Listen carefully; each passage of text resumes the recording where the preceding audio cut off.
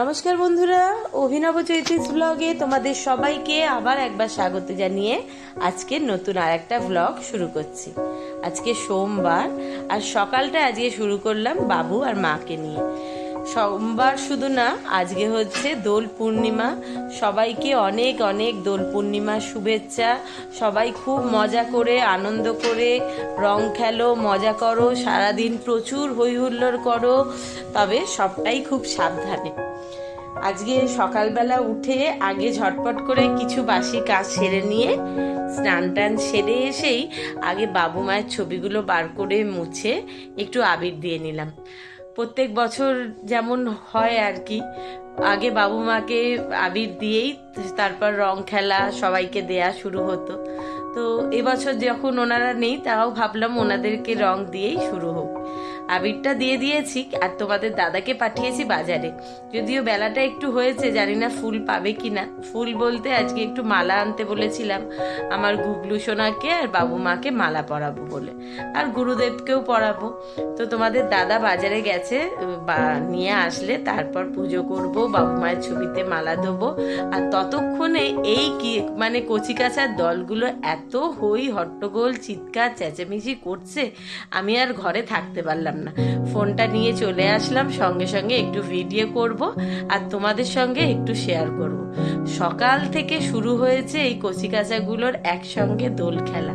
সকলে দেখো কি মজা করে আনন্দ করে বালতি বালতি রং গুলে নিজেরা খেলছে, রাস্তা থেকে যাকে পাচ্ছে তার গায়ে ছুঁড়ে দিচ্ছে। আর যখন কাউকে পাচ্ছে না, তখন ওই দেখো মগে করে নিজেরাই নিজেদের মাথায় ঢেলে রং নিয়ে খেলে ফেলছে। এই তো হচ্ছে ছোটবেলার দিন। এই সময়টা এত মজা হয়। ওই দেখো ওই পাশে একদল খেলছে, আবার এই পাশে আর একদল খেলছে। এইখানে রয়েছে সব থেকে খুদে যেগুলো সেগুলো, আর এদের থেকে একটু বড় যেগুলো সেগুলো পাশে খেলা করছে। সারা রাস্তা ঘাট চতুর্দিকে আজকে রঙে রং হয়ে রয়েছে। তবে এই দিনটা সত্যি সত্যি আমার কাছে ভীষণ একটা আনন্দের দিন। ছোট্টবেলা থেকে আজকের দিনটা সারা বছরে কবে আসবে সেইটার জন্য প্রত্যেকেই মনে অপেক্ষা করে থাকতাম। কারণ রং খেলতে ভালোবাসে না এরকম লোক কিন্তু খুব কম। আর আমাদের তো বিশেষ করে আমরা বাড়িতে নিজেরাই এতগুলো বোন ছিলাম যে বাইরের কাউকে লাগতো না। আর মানে সকাল থেকে উঠে বোনেরা অপেক্ষা করতাম কখন একটু সুযোগ পাবো, মানে যতক্ষণ না বাড়ির বড়রা বলছে ঠিক আছে হয়ে গেছে এবার উঠে পড়ে রং খেলতে যা, ততক্ষণ তো বেরোবার উপায় নেই। ওই দেখো কাউকে একটা পেলেই কিন্তু ওরা ছাড়ছে না।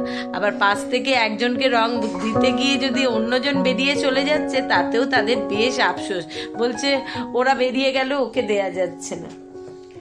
আর আমাদের যেটা নিয়ম ছিল, সকালবেলা অন্তত 9টা পর্যন্ত পড়াশোনা করতেই হবে। তারপর টিফিন খেয়ে রং খেলবো, যে জামা কাপড়গুলো পরে মানে যেগুলো একটু ছোট হয়ে গেছে, একটু পুরনো হয়ে গেছে, যেগুলো আর পরা যাবে না, সেরকম জামা কাপড় আগের দিন থেকে বেছে দেখে রাখা হতো। সেই জামা কাপড় পরে তারপর রং গুলে দেবে, আর আমরা সব বোনেরা একসঙ্গে হই হট্টগোল করে রং খেলবো। আর তার সঙ্গে পাড়া প্রতিবেশী সকলেতে রয়েছে। দারুণ মজার সেই দিনগুলো, স্মৃতিগুলো কেটে গেছে নিজেদের ঠিকই, কিন্তু স্মৃতি যেন এখনো মনে হচ্ছে উজ্জ্বল, মানে জল জল করছে, একটা কথাও ভুলে যায়নি। আর যখনই চোখের সামনে এরকম ছোট্টবেলায় ছেলেপুলেদেরকে নিজেদের মধ্যে এই বিশেষ দিনগুলোতে হই হট্টগোল করতে দেখি, তখন বিশেষ করে নিজেদের দিনগুলো, ফেলে আসা দিনগুলোর কথা ভীষণ রকম মনে পড়েছে। যাই হোক, অনেকক্ষণ ওদের ওখানে রং খেলা দেখছিলাম। জানি না দাদা বাজারে গেছে, কেন এত লেট হচ্ছে, তো মনে করলাম অন্তত পুজোটা করা শুরু করি। গোপালকে সকালবেলা তুলে এমনি প্রসাদ দিয়েছিলাম, আর তারপর স্নান করিয়ে সমস্ত ঠাকুরকে পরিষ্কার করে সব ঠাকুরকেই একটুখানি করে আবির দিয়ে নিয়েছি। আর এখন গুগলু সোনাকে একদম রং সাজিয়ে, মানে আবির সাজিয়ে তারই একটা থালার মধ্যে সব রকম আবির যা যা নিয়ে এসেছিলাম সেগুলো সুন্দর করে সাজিয়ে তারই মধ্যে গুগলুকে বসিয়ে দিয়েছি। ও সারাক্ষণ বসে ভালো করে মন খুলে রং খেলুক। কারণ আজকের দিনে আমরা সকলে যেমন খেলতে ভালোবাসি দোল, সেরকম তো আমার গুগলুও ভীষণ রং খেলতে ভালোবাসতো। কৃষ্ণের লীলা খেলাতে রঙের সঙ্গে একটা সম্পর্ক আলাদাভাবে জড়িয়ে আছে, সে তো সকলেরই জানা।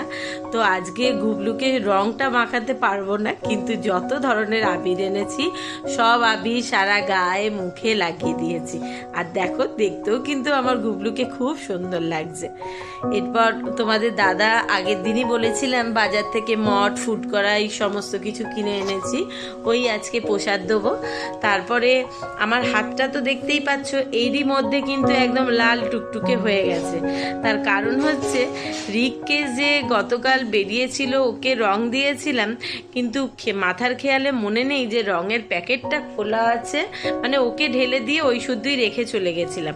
আর রঙের প্যাকেটটা খোলা ছিল, কখনো জানলা থেকে মনে হচ্ছে হাওয়া এসছে, প্যাকেটটা নিচে পড়ে গেছে, আর সেটাকেই তুলতে গিয়ে সারা হাত ভর্তি রং হয়ে গেছে।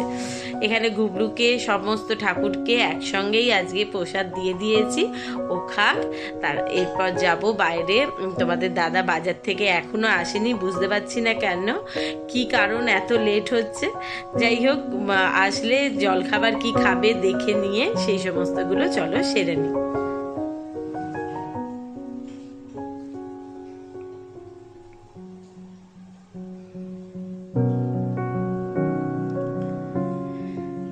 এই দেখো, বলছিলাম যে জলখাবার সারবো, আর তোমাদের দাদা বাজার থেকে আসতেই আজকে বাটার টোস্ট আর কলা এনেছিল, সেগুলোই জলখাবারে খাওয়া হয়েছে। জলখাবার খেতে খেতেই পূজা রানী এসে হাজির।